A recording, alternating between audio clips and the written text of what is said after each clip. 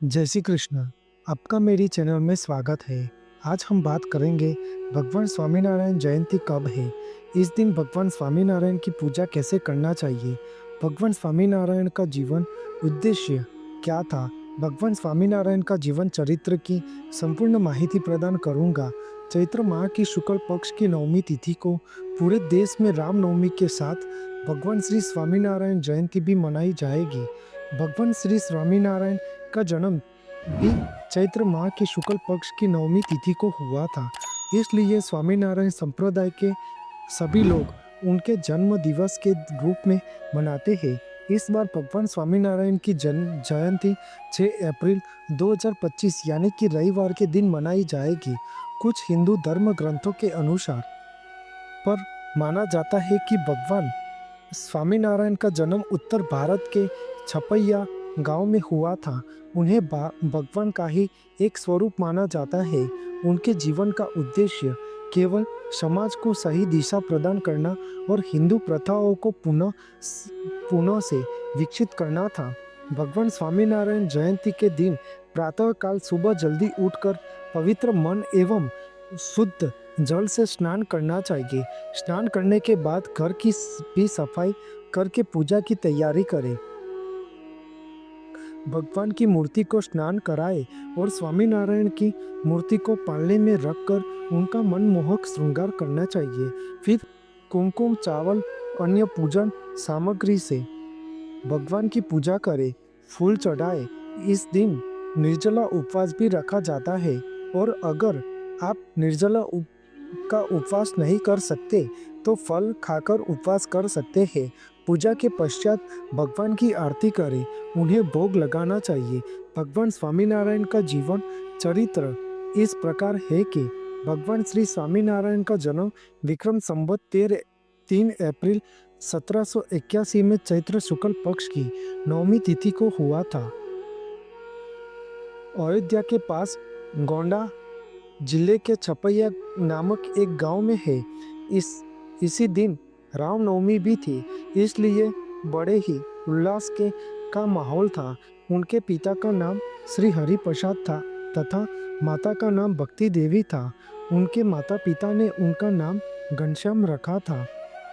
उस समय ज्योतिष ने उन्हें देखकर कहा था कि यह बालक लोगों को सही दिशा दिखाएगा। जब वह 8 साल के हुए तो उनका जनेऊ संस्कार किया गया था। बहुत छोटी उम्र में ही उन्हें अक्षर ज्ञान भी दे दिया गया था, जिस कारण कई शास्त्रों का अध्ययन होने प्राप्त कर लिया था। 11 साल की छोटी उम्र में ही उनके माता पिता का देहांत हो गया था और वह अकेले हो गए। उनके माता पिता के देहांत के कुछ दिनों के बाद ही उन्होंने घर छोड़ दिया था और लगभग 60 सालों तक उन्होंने पूरे देश का पैदल ही भ्रमण किया। परिक्रमा के समय भी उन्होंने गोपाल योगी जी से अष्टांग योग सीखा था। उन्होंने उत्तर में हिमालय, दक्षिण में कांची, श्रीरंगपुरम, रामेश्वर सभी जगह का दर्शन किया था। उसके बाद वह पंढरपुर एवं नासिक होते हुए वे गुजरात में आगमन हुआ। एक दिन घनश्याम महाराज मांगरोल के पास लौज गांव में पहुंचे थे, जहां उनकी मुलाकात स्वामी मुक्तानंद जी से हुई। मुक्तानंद जी स्वामी रामानंद जी के शिष्य थे।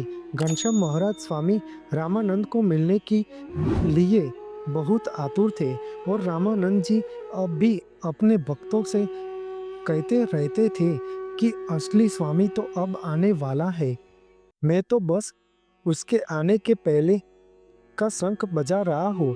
जब घनश्याम और स्वामी रामानंद जी की मुलाकात हुई तो रामानंद जी ने घनश्याम महाराज को स्वामी मुक्तानंद के साथ ही रहने को कहा। घनश्याम भी उनकी आज्ञा का पालन करके मुक्तानंद के साथ रहने लगे। उस समय स्वामी मुक्तानंद जी महाराज कथा वार्ता किया करते थे, तभी सारे स्त्री एवं पुरुष भी वही कथा सुनने आते थे। स्वामी नारायण ने देखा कि कई कथा सुनने वाले साधुओं और पुरुषों का ध्यान महिलाओं की ओर होता है। कथा सुनने पर नहीं वह सब देखते हुए उन्होंने महिलाओं और पुरुषों का करने का स्थान अलग कर दिया।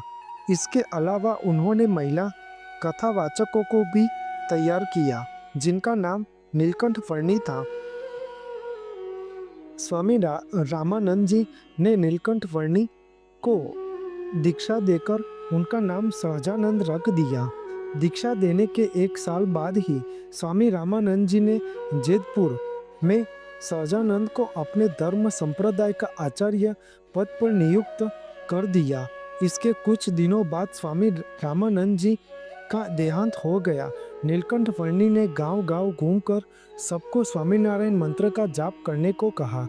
स्वामी जी ने निर्धनों की सहायता और सेवा को अपना लक्ष्य बनाकर सभी वर्गों के लोगों को अपने साथ जोड़ा।